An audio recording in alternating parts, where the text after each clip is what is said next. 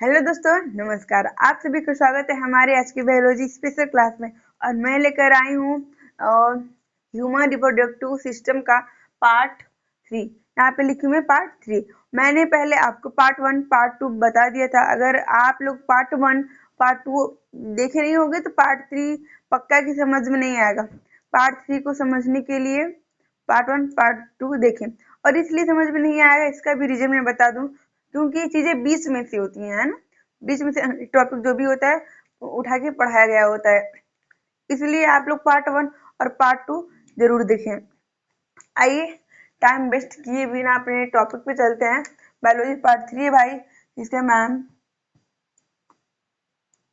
Human देखिए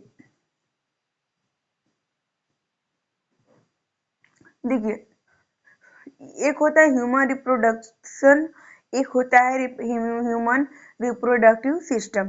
ठीक है, दो होता है। तो बस थोड़ा सा चेंजिंग होता है। मैं अलग अलग चैप्टर ना करके एक ही चैप्टर में बताऊंगी। इससे क्या होगा कि आपका टाइम भी कम बचेगा, है ना। और बहुत कुछ चीजें आप लोग कम समय में ज्यादा चीजें सीख लोगे। ठीक है, तो यहाँ पे आप लोग ऑब्लिक करके बोल सकते हो कि ह्यूमन रिप्रोडक्शन या फिर ह्यूमन रिप्रोडक्टिव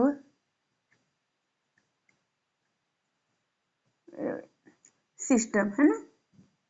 यानी मानव जनन या मानव जनन तंत्र, इसकी हिंदी थी। ह्यूमन रिप्रोडक्शन का होता है मानव जनन, और ह्यूमन रिप्रोडक्टिव सिस्टम का मतलब होता है मानव जनन तंत्र। अंडरस्टैंड। आइए देखते हैं। मैंने बताया था आगे वाले में, हमारा ये अंडाशय ओवरी होता है, 3 प्रकार का होता है। मैम कौन कौन सा? तो एक होता है एस्ट्रोजन, दूसरा होता है प्रोजेस्टेरोन, तीसरा होता है रिलैक्सिन। मैंने ये चीज बता दिया था ना आपको। तो आइए देखते हैं उन सबों के भी बारे में। पहला है एस्ट्रोजन। क्या है एस्ट्रोजन? एस्ट्रोजन क्या होता है, किसे कहते हैं? तो हम हार्मोन मानसिक चक्र को नियंत्रित करता है। सॉरी, थोड़ा सा मिस्टेक है।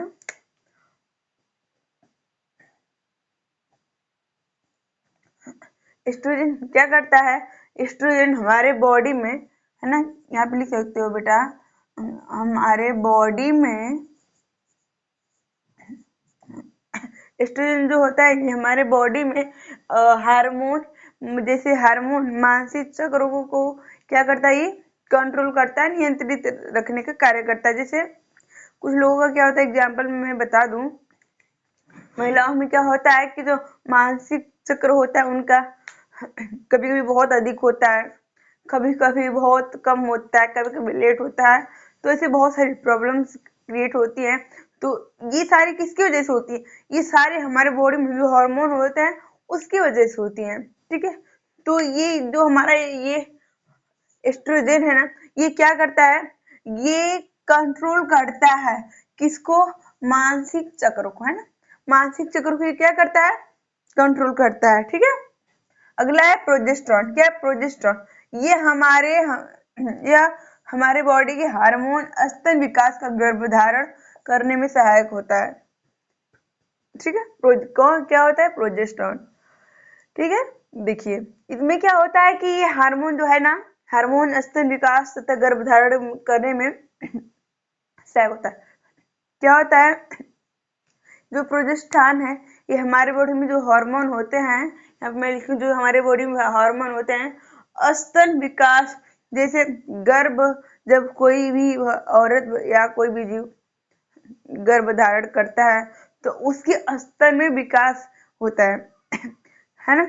क्योंकि कुछ समय बाद उसके स्तन में दूध का निर्माण होता है, दुग्ध का। ठीक है, तो क्या होता है? स्तन का विकास होता है किस टाइम? तो मैम गर्भधारण के समय। क्या गर्भधारण के समय क्या स्तन में विकास होता है? और ये किस हार्मोन की वजह से होता है? तो बोलोगे मैम ये प्रोजेस्टेरोन हार्मोन की वजह से होता है। ये हार्मोन स्तन विकास गर्भधारण में क्या करते हैं? हेल्पफुल होते हैं, सहायता करते हैं, हेल्प करते हैं। अंडरस्टैंड। आगे देखती है। देखिए बस चीजों को आप लोग आसानी से समझते जाइए, ज्यादा कठिन है नहीं। ठीक है, बस समझना है। अगला है रिलैक्सिन। क्या? रिलैक्सिन। रिलैक्सिन, ठीक। यह हार्मोन प्रसव के लिए सहायक है। यह यूट्रस के मार्ग को चौड़ा कर देता है। क्या करता है? चौड़ा कर देता है। इसमें क्या होता है? रिलैक्सिन में ये हार्मोन प्रसव यानी डिलीवरी के टाइम, ये डिलीवरी के टाइम क्या होता है कि हमारा जो यूट्रस होता है ना, है ना, यूट्रस होता है, जैसे नॉर्मल डिलीवरी वगैरह होती है, उसमें क्या होता है, जो हमारा यूट्रस होता है वो चौड़ा हो जाता है, यानी फैल जाता है। किसके कारण? तो मैम रिलैक्सिन हार्मोन के कारण, ठीक।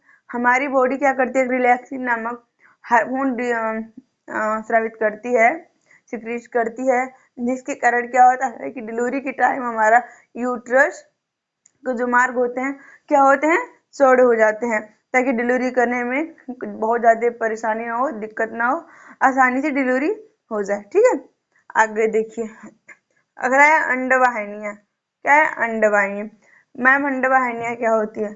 देख लो, यह लंबी नली के समान रचना होती है जो ओवरी को यूट्रस से जोड़ती है। निषेचन की क्रिया अंडवाहिनी क्या करती है? अंडवाहिनी में होती है ना।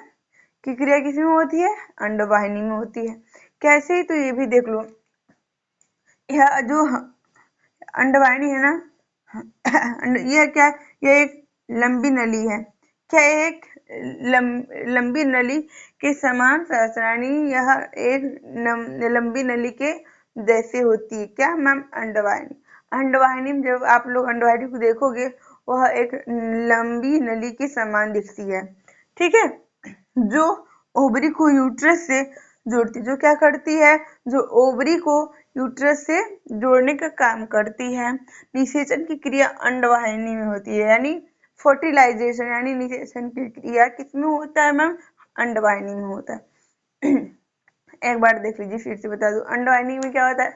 अंडवाहिनी यह एक लंबी संरचना के समान होती है, यानी अंडवाहिनी क्या होती है?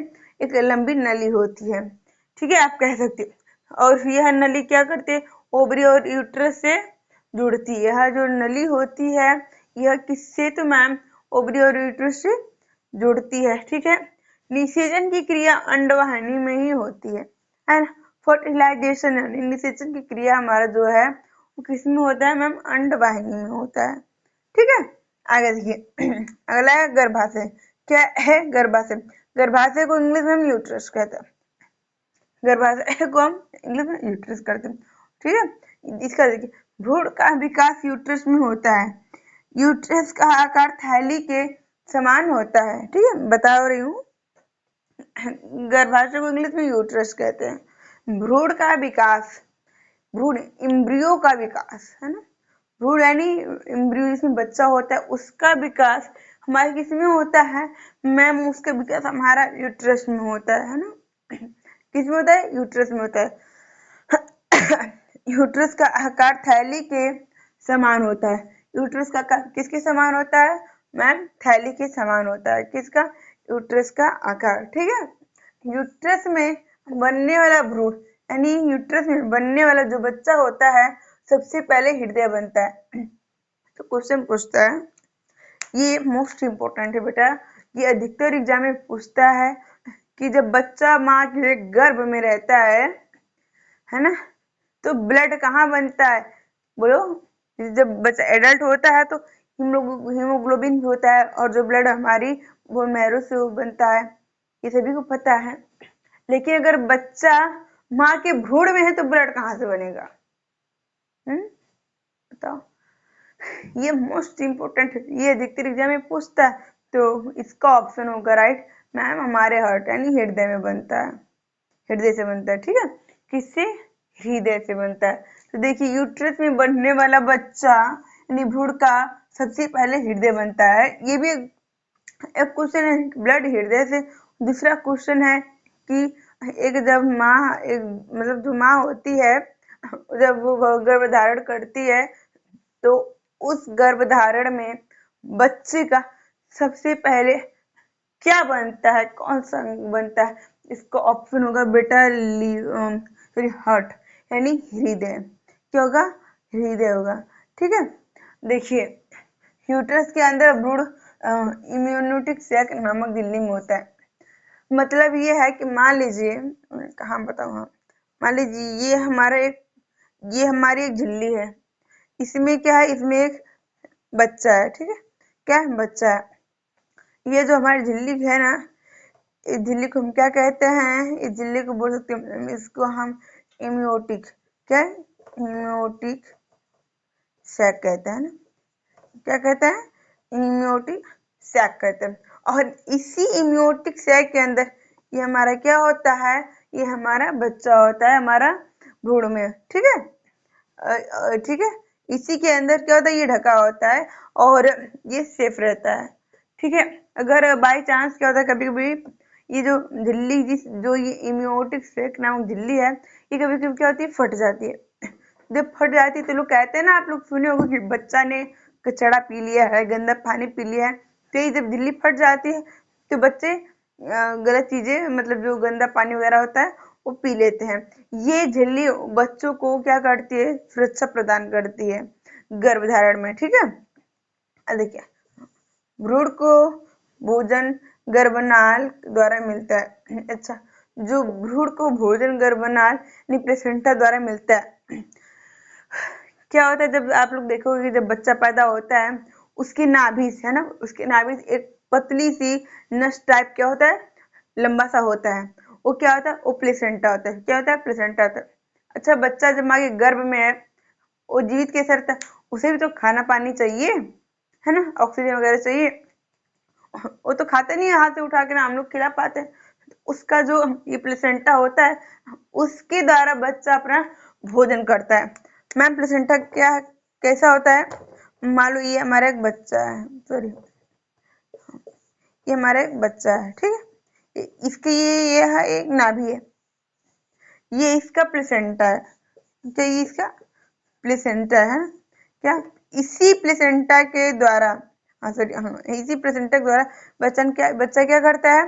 फूड लेता है अपने अंदर। ठीक है, समझ में आया? भ्रूण को भोजन गर्भनाल द्वारा मिलता है, यानी वही प्लेसेंटा के द्वारा मिलता है। जो बच्चे के नाभि से, आप लोग कभी भी जो नहीं देखे हैं वो देखेंगे कि जब एक लंबा सा निकला होता है उसे प्लेसेंटा कहते हैं। उसी के द्वारा बच्चा क्या करता है कि भोजन को अपने अंदर लेता है। ठीक है, इंटेक करता है। अगला, गर्भ अवस्था के दौरान महिलाओं में एफी तथा सी की कमी हो जाती है। ये तो सभी को पता है। जब कभी भी कोई भी लेडीज है, डॉक्टर के पास जाती है, डॉक्टर कोई दिक्कत नहीं है अगर, तो भाई दो दवा देता है। कौन? एक एफी, दूसरा सी, यानी एफी, है ना, यानी आयरन। एक आयरन की, एक कैल्शियम की, दो टैबलेट जरूर देता है। इसलिए देता है जब कोई भी औरत गर्भ धारण करती है, उसके बॉडी में उसी दिन से आयरन और कैल्शियम की कमी होने लगती है। उस कमी को पूरा करने के लिए डॉक्टर क्या लोहा और कैल्शियम की कमी हो जाती है, उसकी टैबलेट देते हैं। अगर न दिया जाए तो जो हमारा बच्चा होता है तो वो थोड़ा वीक होता है, उसका माइंड अच्छे से डेवलप नहीं होता है, और माँ को भी आगे जाके बहुत सारी प्रॉब्लम होती हैं, बहुत सारे प्रॉब्लम्स होते हैं जिसे उन्हें देखना पड़ता है। उस चैलेंज को उन्हें एक्सेप्ट करना पड़ता है। इसलिए उनकी बॉडी में आयरन और कैल्शियम कमी हो जाती है। जब डॉक्टर के पास हमसे भी जाते हैं तो आयरन और कैल्शियम की टैबलेट जरूर से देता है, अवश्य देता है। ठीक है, अब ये चैप्टर यहीं पे समाप्त हुआ। आप लोगों को ये वीडियो समझ में आई हो, अच्छी लगी तो प्लीज लाइक सब्सक्राइब कमेंट जरूर करें, और जितना हो सके आप सभी हमारे वीडियो से बने रहें, जुड़े रहें। अपने दोस्तों के पास इस सेशन को शेयर करें, क्योंकि मैं अच्छे अच्छे टॉपिक ढूंढ ढूंढ के लाती हूँ जो आपके एग्जाम में बहुत ज्यादा हेल्पफुल हो। ठीक है, धन्यवाद।